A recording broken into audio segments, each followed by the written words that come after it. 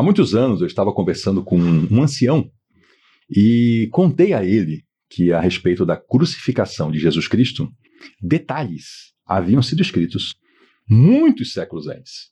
E que coisas que os inimigos de Cristo fizeram contra ele já estavam estabelecidos também como profecia bíblica.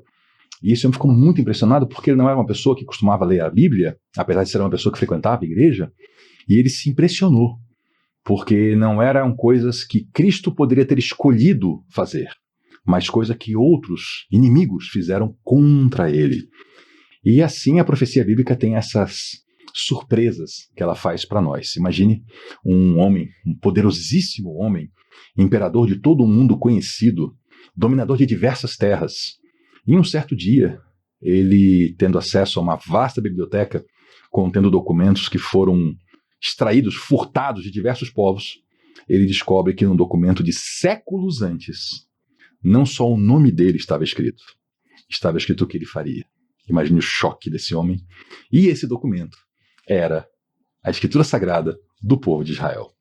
Olá, seja bem-vindo. Aqui nós estudamos a Bíblia. Estamos aqui na nossa série especial Escrituras Antigas, em que eu ajudo você a ter uma breve introdução a um livro do Antigo Testamento. Apenas uma introdução, não é um estudo completo. Nós estamos juntos estudando o Novo Testamento.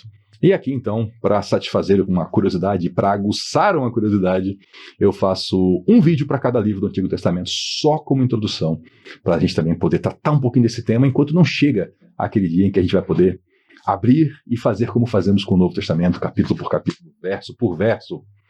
Vamos então hoje vamos ver a história aqui, o livro do profeta Isaías. Interessantíssimo livro da Bíblia. E eu convido você a fazer uma breve oração comigo. Senhor nosso Deus, obrigado pela profecia bíblica, obrigado também pelo livro de Isaías. Nos ensina, Senhor, sobre esse livro e aguça a nossa curiosidade para o estudo. Em nome de Jesus. Amém. Diga também o seu amém. Vamos lá então, Livro do profeta Isaías é um livro do Antigo Testamento.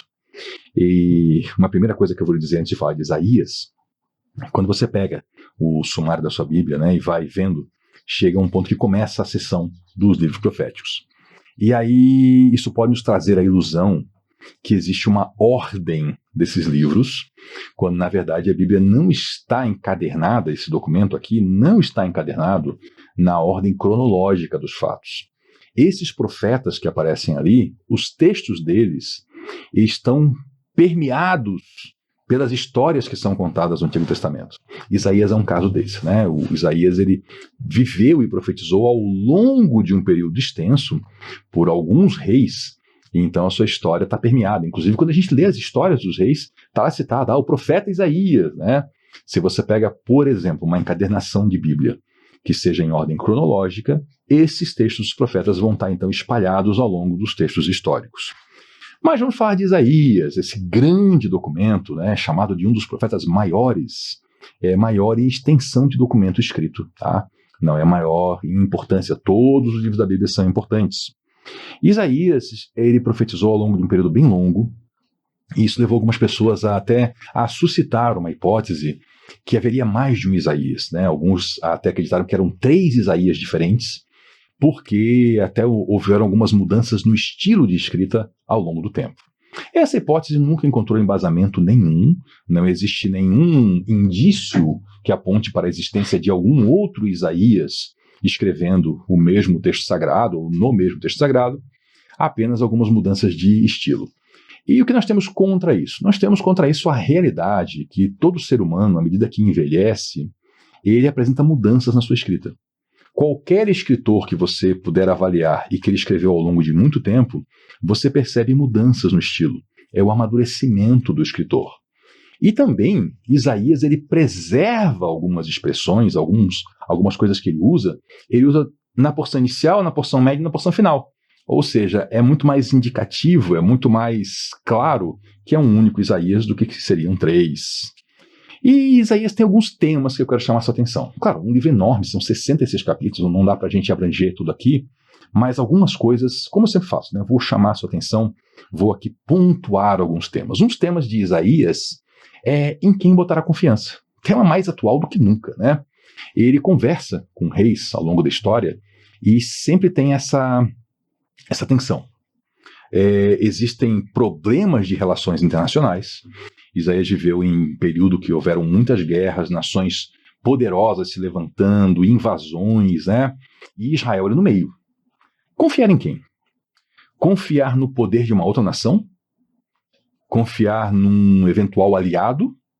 Ou confiar em Deus? Sempre é colocada essa escolha. E os reis que escolhem, ou quando escolhem confiar em Deus, eles sempre são recompensados. Há até um caso de um desafio que foi feito na época de Isaías, né? Uma nação estrangeira veio e falou, né? Um emissário gritava lá em alta voz diante das muralhas, falou: olha, não confiem no Senhor, porque ele não foi, nenhum rei de nenhuma nação foi capaz de nos parar. Por que vocês acham que o Deus de vocês vai poder fazer isso?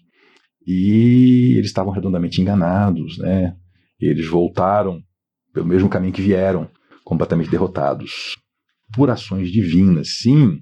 Então esse é um tema para as nossas vidas, né? Nós colocamos ali o nosso suporte, a fonte da nossa força, nós entendemos que é Deus ou colocamos em pessoas? Eu vou dar um exemplo bem cotidiano, algo que eu acredito que é comum a todos nós. Quando enfrentamos um problema de saúde, na gente mesmo, no familiar, em alguém amigo, onde é que está a nossa confiança? Ali, quem que a gente acha que é a fonte da nossa força? É Deus? Ou é a grana, o plano de saúde, o médico? Eu vou lhe apresentar a proposta cristã. Você usa a grana que você tiver para isso, você usa o plano de saúde, se for o caso, você vai ao médico.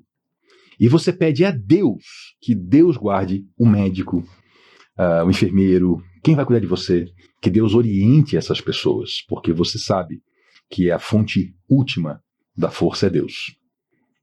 Está percebendo? Né? Nós temos o tempo todo essas possibilidades. O dinheiro é um grande atrativo para a idolatria, né? Quantas pessoas que caem nessa falha e não importa se a pessoa tem dinheiro ou se ela não tem, tá? A idolatria do dinheiro não depende de ter dinheiro.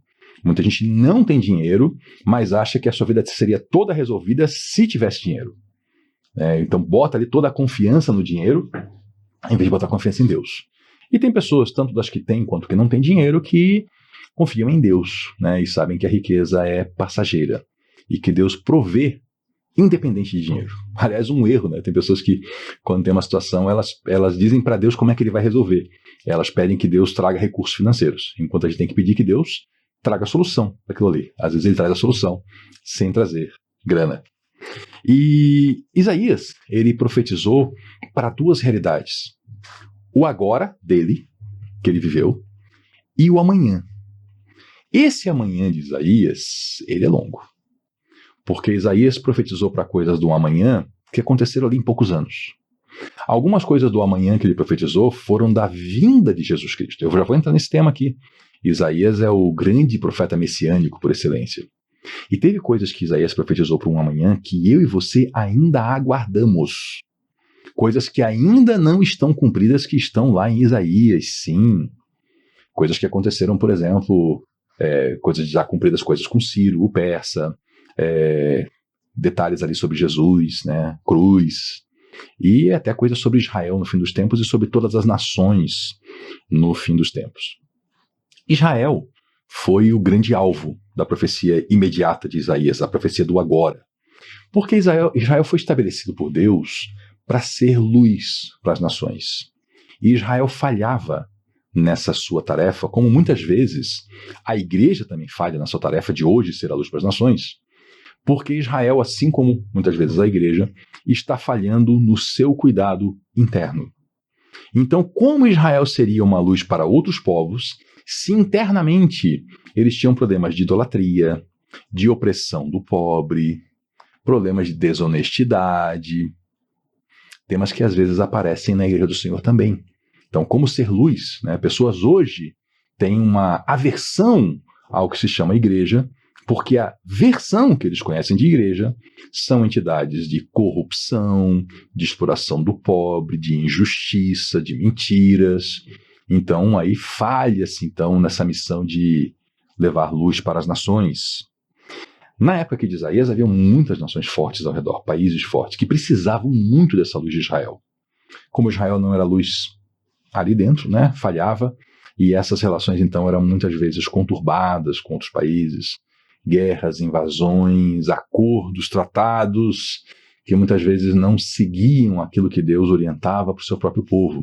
Mas sempre que o povo seguia as orientações, aí vinha um bom resultado. E claro, o Messias, né? Quanta coisa que Isaías falou sobre Jesus Cristo. E alguma coisinha que eu quero também abrir o texto sagrado com você, para lhe chamar a atenção. Bom, o que eu não vou ler aqui para você, mas eu convido você a ler daqui a pouquinho, quando acabar o vídeo. Pegue o capítulo 45 de Isaías, tá? E você vai ler sobre Ciro, o persa.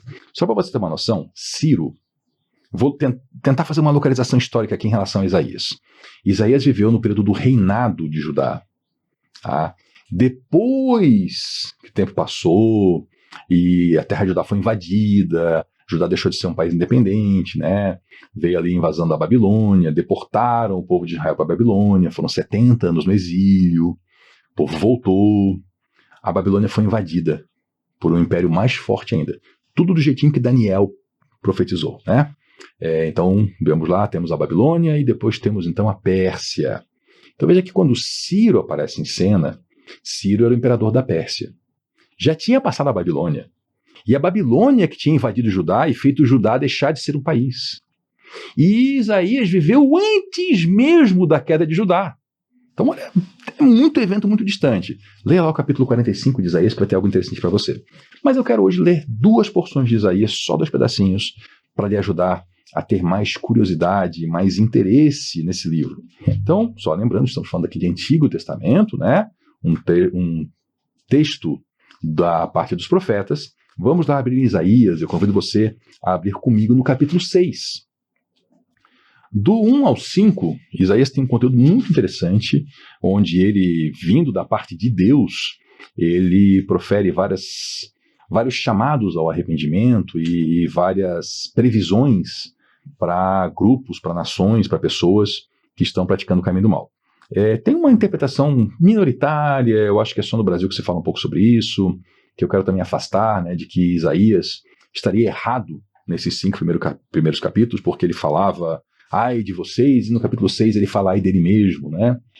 Não tem suporte bíblico isso, ele foi enviado por Deus, e ele estava fazendo a missão de Deus, sim. Apenas no capítulo 6 ele relata algo importantíssimo que mudou a vida dele. Pouquíssima gente na história, pouquíssima gente teve acesso a uma visão celestial do trono de Deus. Nós tivemos lá no comecinho do Antigo Testamento, né, Moisés, que não teve isso, mas ele teve lá um contato intenso com Deus no monte, o monte onde ele estava. Nós tivemos aqui, né, Isaías, com visões fantásticas que eu vou mostrar para você. Tivemos Ezequiel viu coisas verdadeiramente assustadoras. E assim nós temos lá mais à frente no Novo Testamento o apóstolo Paulo, que fala que aquilo que ele viu não é lícito ao homem mencionar. O apóstolo João, preso na ilha de Patmos, foi arrebatado e subiu aos céus e viu eventos celestiais, inclusive alguns que têm a ver com o futuro nosso ainda. Raríssimos casos, raríssimos. E um desses está em Isaías 6. Ele fala que foi no ano em que o rei Uzias morreu. O rei Uzias era um dos reis do período de Isaías, um amigo dele. Uzias foi um reinado muito longo, ele morreu. E nesse mesmo ano, nós não sabemos se foi depois ou da morte de Uzias, diz assim Isaías: eu vi o Senhor assentado num trono alto e exaltado, e a aba de sua veste enchia o templo. Acima dele estavam os serafins, cada um deles tinha 6 asas. Com 2 cobriam o rosto, com 2 cobriam os pés e com 2 voavam. E proclamavam uns aos outros: Santo, Santo, Santo é o Senhor dos exércitos, a terra inteira está cheia da sua glória. Ao som das suas vozes, os batentes das portas tremeram, e o templo ficou cheio de fumaça. Então gritei: ai de mim, estou perdido, pois sou um homem de lábios impuros, e vivo no meio de um povo de lábios impuros. E meus olhos viram o rei, o Senhor dos exércitos. Logo um serafim voou até mim, trazendo uma brasa viva que havia tirado do altar, com uma tenaz. Com ela tocou a minha boca e disse: veja, isto tocou os seus lábios, por isso a sua culpa será removida, e o seu pecado está perdoado. Então eu ouvi a voz do Senhor conclamando: quem enviarei? Quem irá por nós? E eu respondi: eis-me aqui, envia-me. E ele disse: vá, diga a este povo. E aí segue a profecia. Eu não vou fazer um estudo hoje pormenorizado disso aqui, mas alguns pontos eu queria chamar a sua atenção. Quando Isaías ele é defrontado por essa visão celestial, quando ele vê a majestade do rei em seu trono, a primeira expressão que ele fala é ai de mim. E por que ai de mim? Porque ele tem um reconhecimento da sua completa inadequação para estar diante de Deus. Ele fala, eu sou um homem de lábios impuros. O povo onde eu vivo também é de lábios impuros. Não era nem mesmo assim, eu sou um homem de lábios impuros, mas vivo no meio de um povo. Não, tá tudo inadequado, eu, meu povo. E ainda assim eu vi o rei, o Senhor dos Exércitos. Isaías faz aqui não apenas uma constatação, mas uma confissão. Alguém que diz, ai de mim, isso demonstra o que é arrependimento, dor pelo próprio pecado. E aí então, num gesto maravilhoso, né, vem uma dessas figuras celestiais, usa uma tenaz. Tenaz é uma espécie de como se fosse um grande alicate, né, para lidar com coisas ali que envolvem fogo, pega uma brasa lá do altar, né, e ele traz essa... E toca os lábios de Isaías. E em lugar disso provocar uma queimadura em Isaías, de trazer dor, de ser um ferimento, isso traz o que para ele? Purificação. Veja, a sua culpa está removida. O seu pecado está perdoado. E aí agora, por causa de um ato de Deus, Isaías está perdoado. Isso é o tema que nós vamos ver, na verdade, né? E estamos vendo agora em Gálatas e vamos ver em Romanos, que não é a lei de Moisés que torna um homem puro, mas é a graça de Deus. E isso está presente aqui no Antigo Testamento. Veja, nesse grande profeta. Ele entende, mesmo sendo o povo da lei, né, sendo ele um profeta, ele não vê a vida dele como algo que tem um mérito de alcançar a salvação. Não, ele confessa o seu pecado. E o que purifica ele? A brasa do altar de Deus, a graça de Deus, o fogo que vem de Deus. Não queima, mas o purifica. E aí, quando Deus fala quem é que nós vamos enviar, aí sim ele fala, envia a mim, porque agora eu sei que eu estou perdoado, agora eu sei que a graça de Deus está sobre mim. É essa linguagem que ele está usando, apresentando essa maravilhosa cena. Então, veja que Isaías mostra que aquilo que nós entendemos com a chegada de Jesus já se entendia no Antigo Testamento, porque o justo viveria pela fé e não pelas obras. Então não foi o fato dele ser profeta, o povo dele, enfim, foi uma graça de Deus, né? Esse fogo que não trouxe queimadura e dor, mas trouxe purificação para esse homem, para que ele pudesse então avançar com esse ministério. Esse é um dos textos maravilhosos que a gente tem em Isaías. E um outro que eu convido você também a ler junto comigo é Isaías 53. Isaías 53. Ora, olha só que profecia interessante. Quem creu em nossa mensagem? E a quem foi revelado o braço do Senhor? E agora vem aqui um poema belíssimo. Ele cresceu diante dele como um broto tenro e como uma raiz saída de uma terra seca. Veja que poesia, figura de linguagem. Ele não tinha qualquer beleza ou majestade que nos atraísse. Nada havia em sua aparência que desejássemos. Se você não conhece ainda essa profecia, se você já conhece, tá bom, mas veja quem é que na história você consegue encaixar aqui. Ele foi desprezado e rejeitado pelos homens. Um homem de dor, de dores, e experimentado no sofrimento. Como alguém de quem os homens escondem o rosto, foi desprezado. E nós não o tínhamos em estima. Certamente ele tomou sobre si as nossas enfermidades e sobre si levou as nossas doenças. Contudo, nós o considerávamos castigado por Deus, que Deus tinha o atingido e afligido, mas ele foi transpassado por nossas transgressões. Ele foi esmagado por causa de nossas iniquidades. O castigo que nos traz a paz estava sobre ele, e pelas suas feridas nós fomos curados. Todos nós, como ovelhas, nos desviamos, cada um de nós se voltou para o seu próprio caminho. E o Senhor fez cair sobre ele a iniquidade de todos nós. Ele foi oprimido e afligido e, contudo, não abriu a sua boca. Como um cordeiro, foi levado para o matadouro.